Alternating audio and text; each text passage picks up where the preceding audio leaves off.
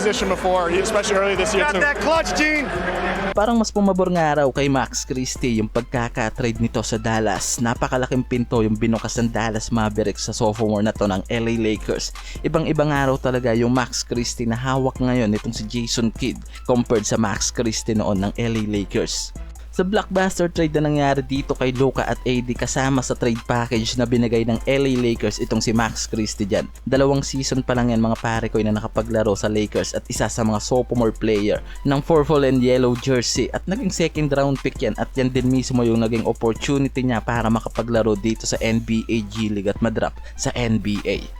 Pero yun nga mga pare ko, sa unang taon nito sa Lakers ay hindi naging solid yung performance nito, lalo na yung role and playing time nito, and masasabing hindi nga na-establish ng maayos yung versatile nitong si Max Christie bilang shooting guard ng Lakers. Paano ba naman kasi 'di ba mga pare ko, yung rookie time nitong si Max Christie sa LA Lakers ay talagang mabibigat yung mga role players at pangalan na nasa roster no ng Lakers, and hindi lang naman siya yung rookie na hindi nagamit diyan ng Lakers. Kasama diyan sila Gabriel Looney Walker at Jalen Hood-Skippy no.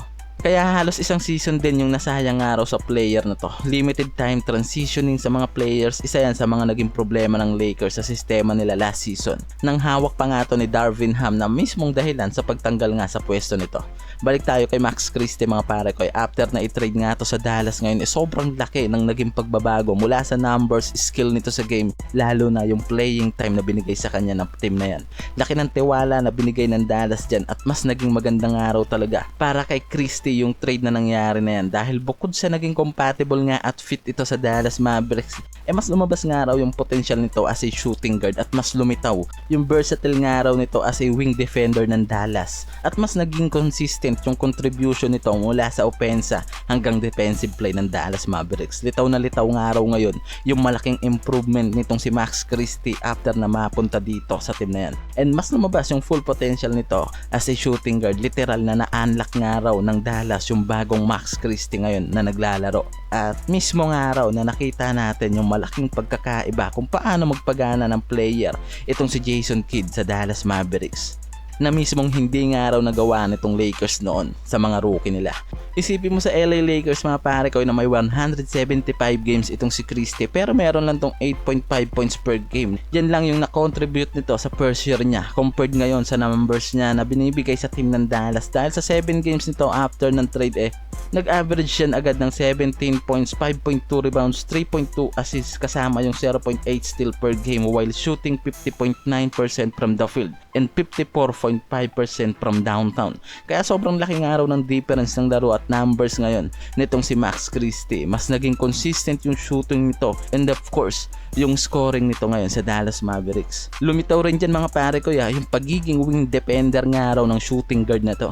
Kaya naman hindi na rin nga raw masama yung pagkaka-trade nitong si Max Christie, at mas nabus pa nga raw yung versatile nito. Naging maganda pa nga dahil mas naging elite role player na to sa team ng Dallas, at mas naging komportable pa nga to kasama itong si Thompson and Kyrie sa loob ng court. Tapos di bababa sa 20 to 39 minutes pa yung playing time niya. Kaya talagang sobrang laking araw bigla yung naging role nito sa Dallas Mavericks. Mula sa pagiging partway niya dito sa Lakers, nakita nga raw yung full potential nitong si Max Christie dito sa Dallas Mavericks. At parang mas lumalabas nga na hindi na rin talo itong Dallas sa nangyaring trade na yan, even na nakuha ng Lakers yung superstar na si Luka Doncic.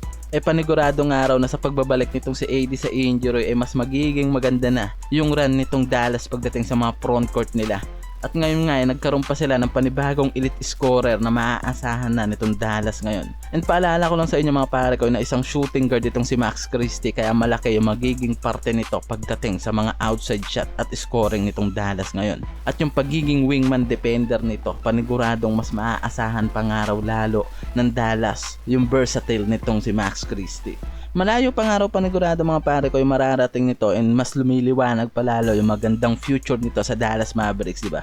Ilang taon or season lang mga pare ko paniguradong mas magiging malaki pa yung improvement at yung maturity nga raw nitong si Christie as a shooting guard ng Dallas. Versatile nito mula sa pagiging defensive wingman at elite scorer, panigurado nga raw tayo na malaki pa yung magiging parte nitong si Max Christie para sa future nitong Dallas Mavericks. And di natin alam one day mga pare ko na ito pala yung magiging bagong star player player na susunod sa hakbang nila Klay Thompson or Kyrie Irving. Pero sa ngayon mag-focus muna tayo sa magandang pag-uumpisa nito sa Dallas Mavericks. And nasa kalagitnaan na rin tayo ng season na ito mga pare ko, kaya mas marami pa tayong aabangan sa team ng Dallas and syempre sa iba pang mga teams mula sa Western and Eastern Conference.